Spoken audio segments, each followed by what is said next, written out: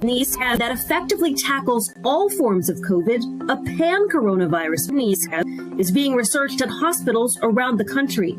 You don't have to worry that, well, now it's Delta, now it's Alpha, now it's Beta, now it's Omicron, that no matter how this particular virus mutates, you know that you have a vaccine that covers the common denominator that's common throughout all of those. Currently, we have to boost to raise our protection against new variants. Then all of a sudden, Omicron came along, and if you look at the efficacy against the Delta versus Omicron, it went down to around 30% from around 75, 80. So that when you give a boost to your knees, it brings it back up against Omicron. And that's the reason why you hear me and others saying why it's so important to get a booster. A universal shot would eliminate the need for boosters or playing a game of whack-a-mole with future variants by having to develop variant-specific vaccines. The ultimate goal is to develop vaccines that would protect against all coronaviruses. What's the timeline for this kind of ultimate pan-coronavirus? Can we get one next year? It's unlikely that we will get one next year for the entire family tree, if you want to call it that. But we can do pretty well within a year or so of getting one against all the different variants. Effect in the next few months. There are two parallel pathways. Get boosters that work for what we're currently going through and develop a pan-coronavirus for any future threat of an unknown outbreak of a coronavirus. Why don't we blow this system up? I mean, obviously we can't just turn off the spigot on the system we have and then say, hey, everyone in the world should get this new vaccine we haven't given to anyone yet. So we really do have a problem of how the world perceives influenza, and it's going to be very difficult to change that unless you do it from within and say, I don't care what your perception is, we're going to address the problem in a disruptive way and in an iterative way, because you do need both. As the old adage goes, it is easier to fool the people than to convince them they have been fooled. There might not exist a more appropriate time for this point than right now. As you sit listening to my voice, your friends, co-workers, possibly family, are at odds, bickering, ghosting, threatening with violence or ostracism. A stark divide stands between us all, and the many commit social crimes against humanity in the name of things and ideas they do not understand nor can define or empirically prove exist. Hence the whole fool the people have become, and the fictional reality that screens, media personalities, politicians, influencers, and so-called experts have forced upon a society. There are two very successful ways to socially engineer a population.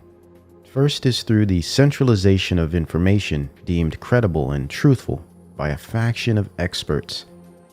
A ministry of truth of sorts must be erected and distributed far and wide by way of ubiquitous broadcasting systems. This can be considered narrative building and delivery.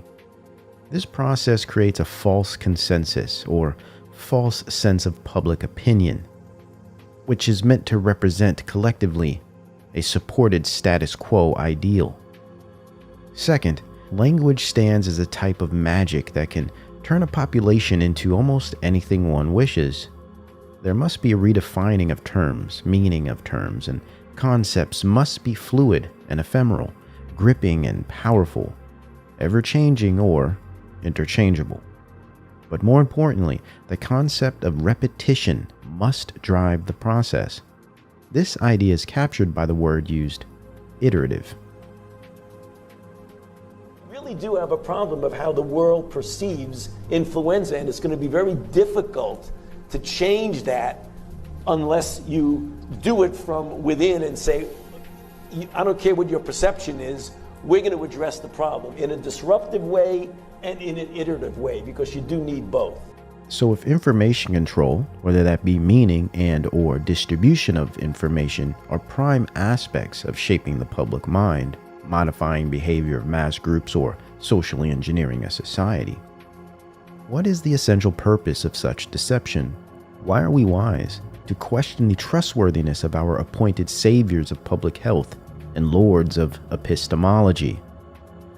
Could it be because lies, damn lies, and statistics make up the bulk of what we've been spoon-fed for what seems an eternity?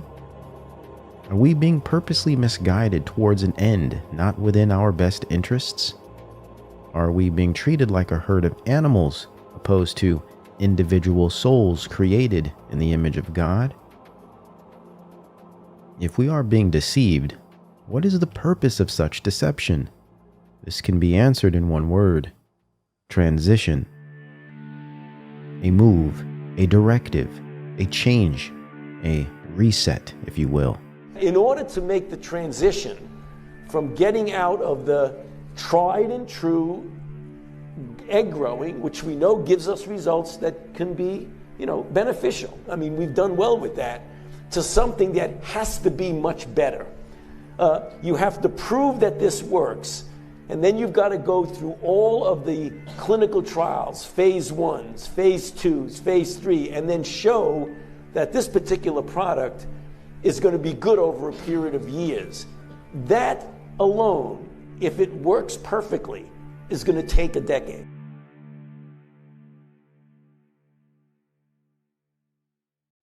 The discovery of a new world, a new normal, a new earth, a new post-human being.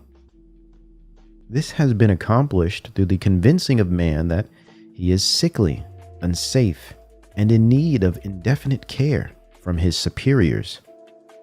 Under the guise of medicine and corporate-sponsored illness, mankind becomes beasts of the laboratory. The explorers are now an expert class of scientists and money changers, redefining Western expansion as digital global governance. The second manifest destiny is upon us. We are now confined, subdued, corralled into hives, motionless in the Middle Passage.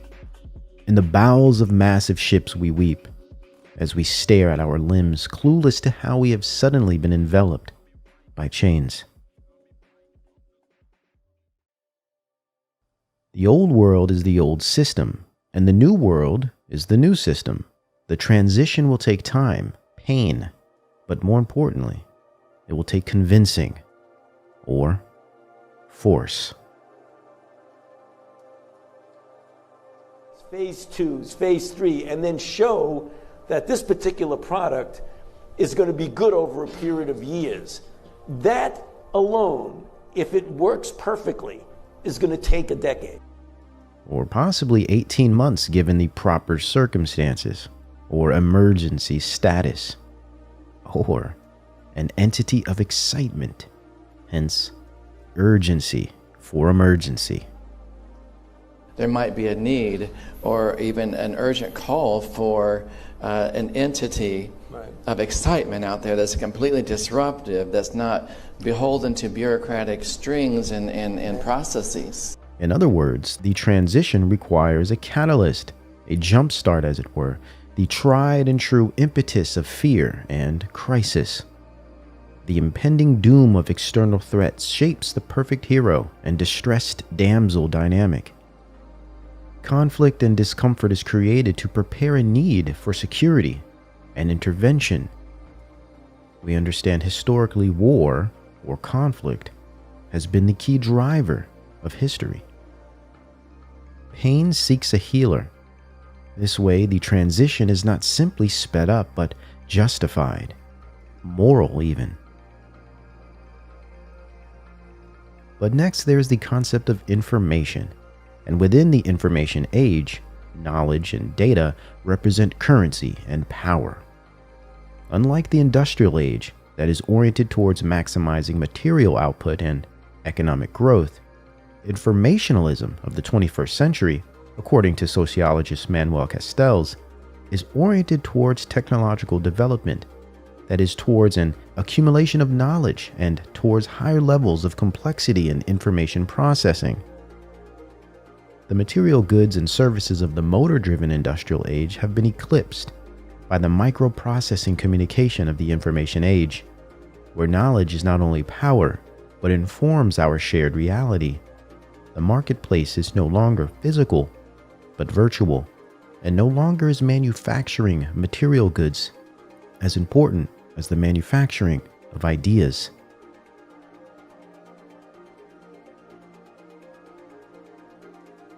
Perception truly is reality, hence the importance of information which shapes perception, which shapes reality. Social engineering is accomplished through the redefining of terms and selective distribution of information through strategic and sophisticated displays of embellishment and omission. Embellishing ideas, omitting others, but more importantly, centralizing idea production, hence this idea of within. We really do have a problem of how the world perceives influenza, and it's going to be very difficult to change that unless you do it from within and say, I don't care what your perception is, we're going to address the problem in a disruptive way and in an iterative way, because you do need both. This is a perfect example of how a ministry of truth is structured to inform society regardless of personal conviction, relevance, rights, or truth. With no defined end in sight, the means need no justification. They are all that exist and make up the population's reality.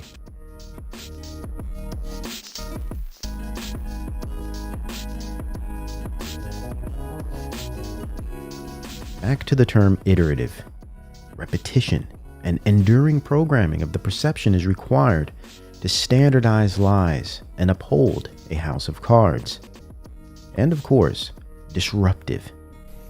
I don't care what your perception is, we're going to address the problem in a disruptive way and in an iterative way. In that you must stop all that you are doing, whom you are seeing, where you are going, and what you are planning to address this pressing and pertinent situation that is bigger than you, requiring your undivided attention, better, devotion. The seizure of action and thought, coupled with repetition of the main narrative, is a requirement. Yes, you do need both. How can such a universal surveillance medicine program under a new world biosecurity state foment the perfect catalyst through which mankind may transition into the fourth industrial age of informationalism? Rather easily, considering the nature of fear and advanced communication technology of 2021. Repeat the messaging and modeling whilst providing endless and ubiquitous imagery to reify the spectacle. They must not only hear it, but truly see it to believe it. This is easily accomplished by, yes, and of course, mystifying information through mass media, but also, and possibly more importantly, hearts and minds of men are seized readily to the harnessing of imagination via the power of symbol and visceral image.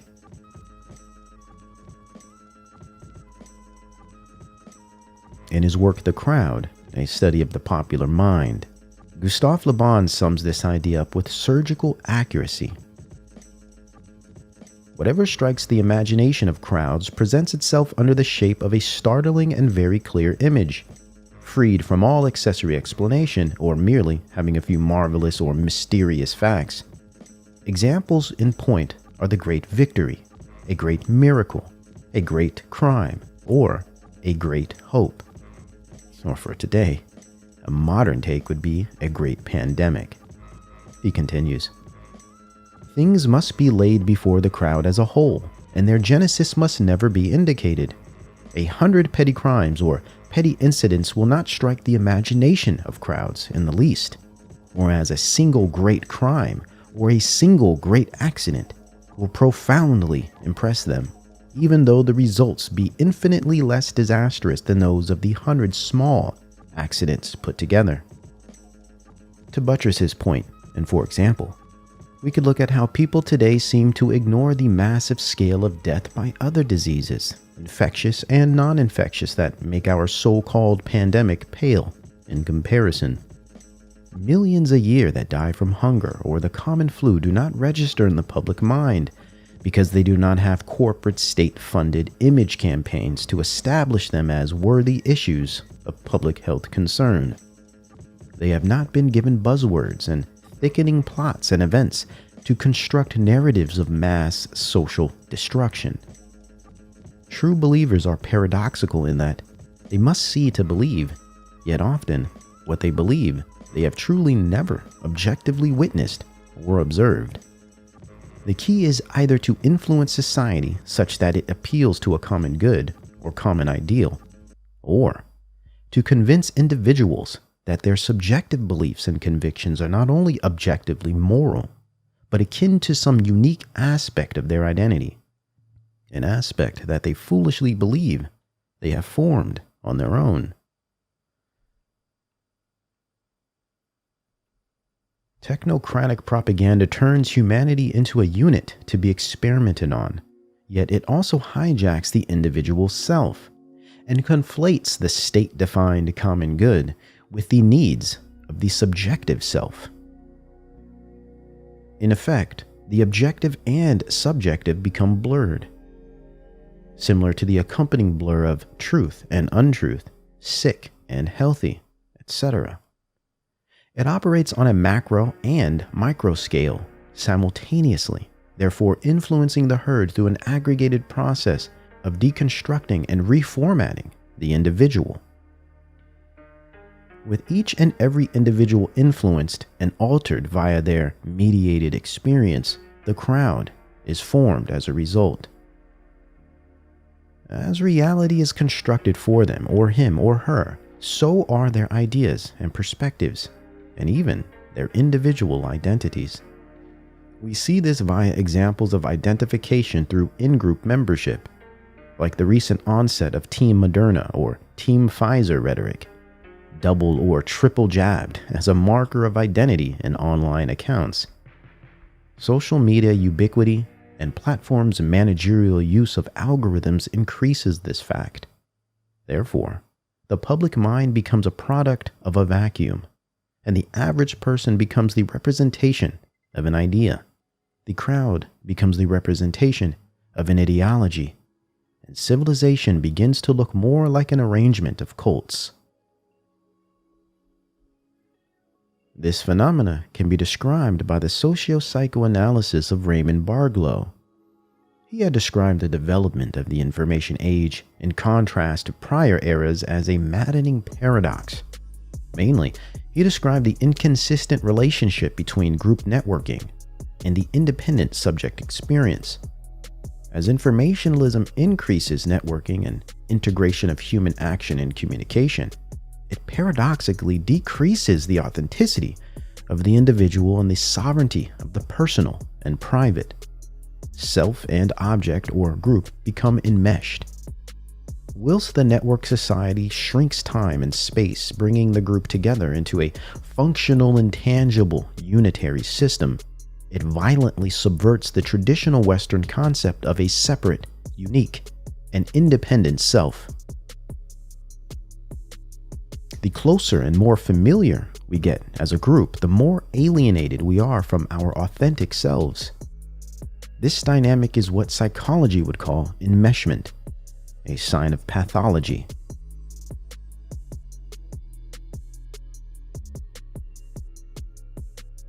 Given this type of pathology, self no longer defines the identity, yet forms a mere projected image and derivative expression of the group, an external locus of control. This is why truth, facts, or logical reasoning falls on deaf ears in the 21st century. Knowledge has increased to the degree that wisdom is no longer attainable, and guidance from a centralized power is the only route to civil stability and societal maintenance. Once the individual thinker is robbed of just deliberation and epistemological investigation, he is subject to mob rule and the authoritarianism of experts that exist beyond his pay grade. Shock, awe, and emotionalism become the vehicles by which the crowd is moved and subdued. Le Bon would agree, as he states, "It is not, then, the facts in themselves that strike the popular imagination, but the fact in which they take place and are brought under notice. It is necessary that by their condensation, if I may thus express myself, they should produce a startling image which fills and besets the mind.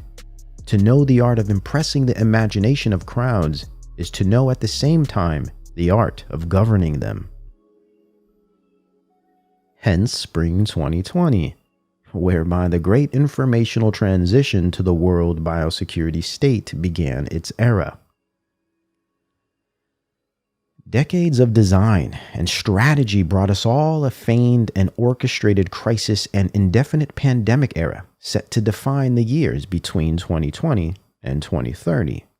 Create an unprecedented event that will call for desperate measures and stringent treatment that circumvents traditional bureaucracy and social systems, human rights, like bodily autonomy, for instance.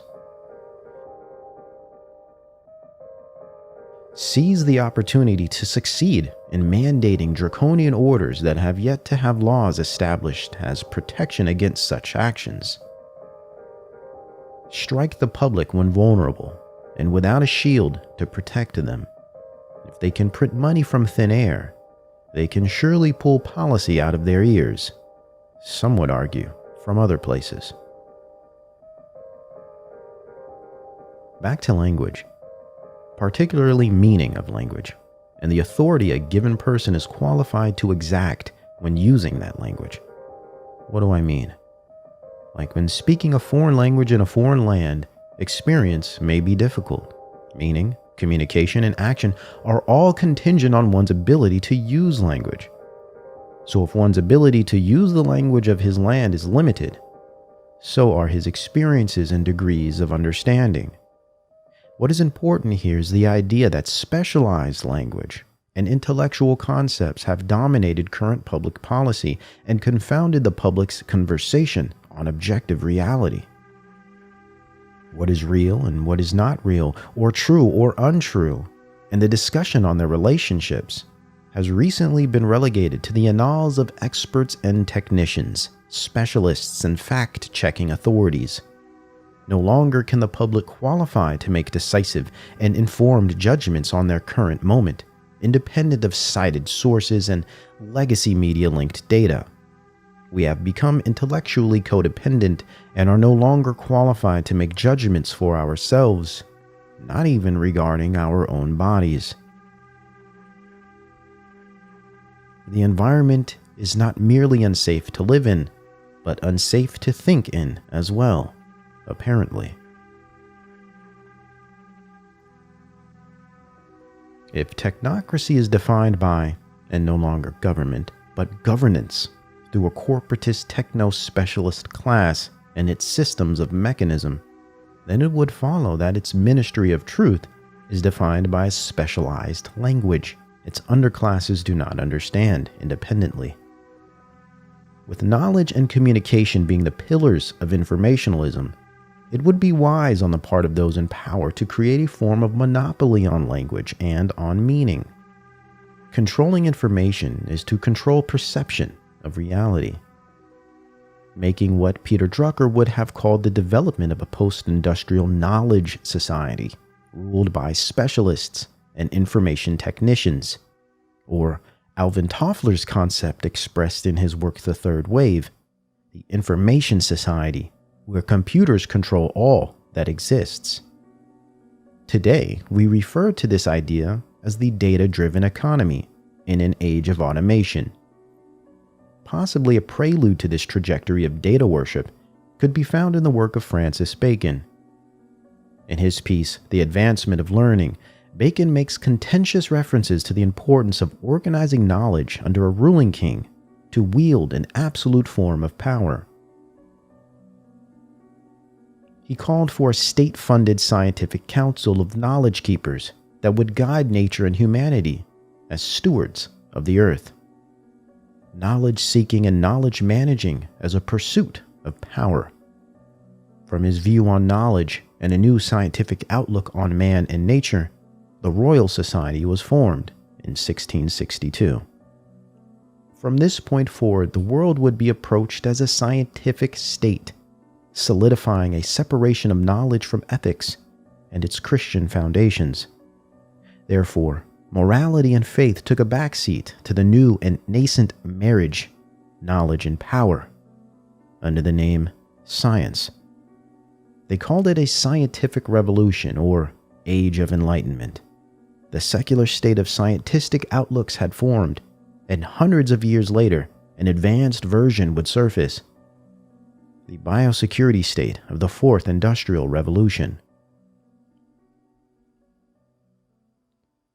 Whether it data, information, or knowledge, the defining element of most salience is the esoteric nature of it. Its acquired taste and academic parameters that keep it from the understanding of the laity, as if we are all illiterate peasants who do not understand Latin and must seek a priestly counsel to inform us on what is truth and how one should live. Now we have all been rendered childlike and are learning how to read for the first time. We are being indoctrinated with a new normal, and we are being taught a new language. The science, as it is called today, is handled like a set of government-issued flashcards in the hands of the public. The scientific method has been exchanged for platitudes and mantras, slogans, and assertions of false certainty. Graphs and figures that make easy to look at pictures with colors and numbers. Numbers that, when explained by experts, tell you if something is a good thing or a bad thing. Their data and studies inform our consciences and tell us when we should be happy and when we should be afraid. Science, in this form, has become a meme, and believing in it with blind faith has become a sort of club or cult. Mystical and religious with a massive following of true believers. We have an outbreak of myopia, not respiratory illness. This is a result of limiting the understanding of the masses by confounding language and knowledge in a way that renders the general public brain dead and incompetent. Hence 2021's gaslighting politicians and knowledge products of self-appointed experts.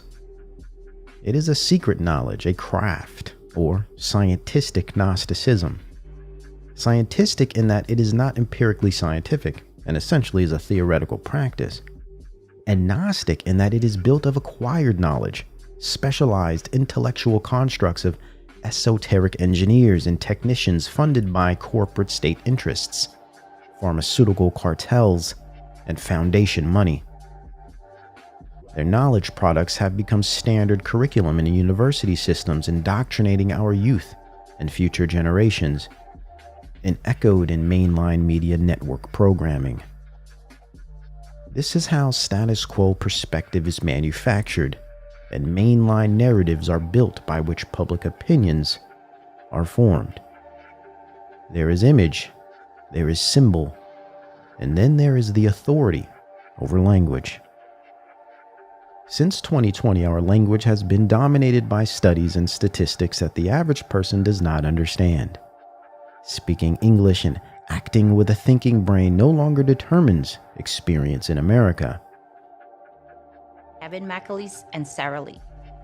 To me, it is clear countries need to make strong efforts to manage both mis- and disinformation. We know social media companies are working around the clock to combat these disinformation campaigns. The task of identifying every bad actor is immense. And experts agree that new disinformation campaigns are being generated every day. This is a huge problem that's going to keep us from ending the pandemic and might even lead to the fall of governments, as we saw in the Arab Spring. If the solution means controlling and reducing access to information, I think it's the right choice. I agree with Kevin. This is a big problem and doesn't even account for the massive amounts of misinformation being generated by legitimate users about the pandemic. But it's not just trolls who are spreading the fake news. It's often political leaders themselves. Who's to judge what's real or not? Would we trust every government to separate truth from lies? I think this is more than just keeping the bad information out. It's also about making sure real public health information reaches the public. News is found from outlets other than social media.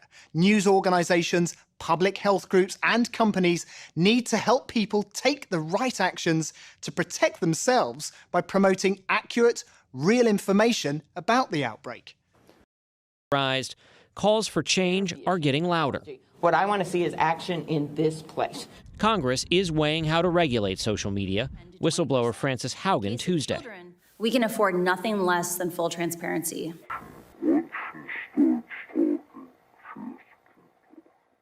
And let me close with this. It's been a long road, but what's clear is that we get through this when everybody does their part. No matter where you live, no matter your political party, we've got to fight this together. Unfortunately, while the military is stepping up, as they always do, there are others sitting on the sidelines, and we're standing in the way. If you haven't gotten it in, do it. Personal choice impacts us all, our hospitals, our countries. I make a special appeal to social media companies and media outlets. Please deal with the misinformation and disinformation that's on your shows. It has to stop. COVID-19 is one of the most formidable enemies America's ever faced. We've got to work together, not against each other. We're America. We can do this. To the military medical teams on the ground, thank you for all and everything you're doing. And I'll stop here so we can get to the briefing started.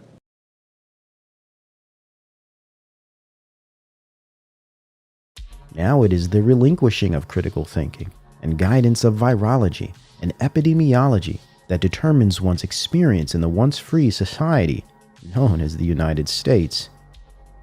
Virology and epidemiology, both unscientific, both non-empirical, are no more authentic sciences than continental philosophy is an authentic science, no more scientific than Mormonism or Santeria. If we were to be honest, given our current mass psychosis and public health gaffe, we could call our current medical dictatorship a form of a neo-mystery school religion, a literal faith-based medicine that claims to be science, yet is not scientific.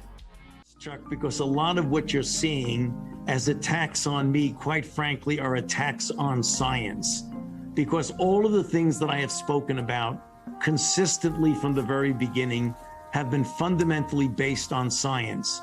Sometimes those things were inconvenient truths for people, and there was pushback against me. So if you are trying to, get at me as a public health official and a scientist, you're really attacking not only Dr. Anthony Fauci, you're attacking science. And anybody that looks at what's going on clearly sees that. You have to be asleep not to see that. Is science a man, person, place, or thing? A settled and objective matter that must go unquestioned? If anyone is to take the expert screed seriously, I think they would have to consider the utter mindlessness that seems to constantly drip from his leathery lips. As if there is not enough documentation of years building up to our present day that clearly demonstrates an incremental plan to usher in universal public health intervention of the compulsory type. By way of some glass palace on a hill housed scientific elite, much like, though to a more extreme and delusional degree, the consortium of scientists Francis Bacon spoke of in the 17th century. Even their own kooky futurists speak directly against this madness we are now witnessing from our so-called expert class. Science is more than a body of knowledge. It's a way of thinking, a way of skeptically interrogating the universe with a fine understanding of human fallibility. If we are not able to ask skeptical questions, to interrogate those who tell us that something is true, to be skeptical of those in authority, then we're up for grabs for the next charlatan, political or religious, who comes ambling along. Indeed, questioning science so-called, questioning methodology, data, conclusions, etc., is the very definition of science.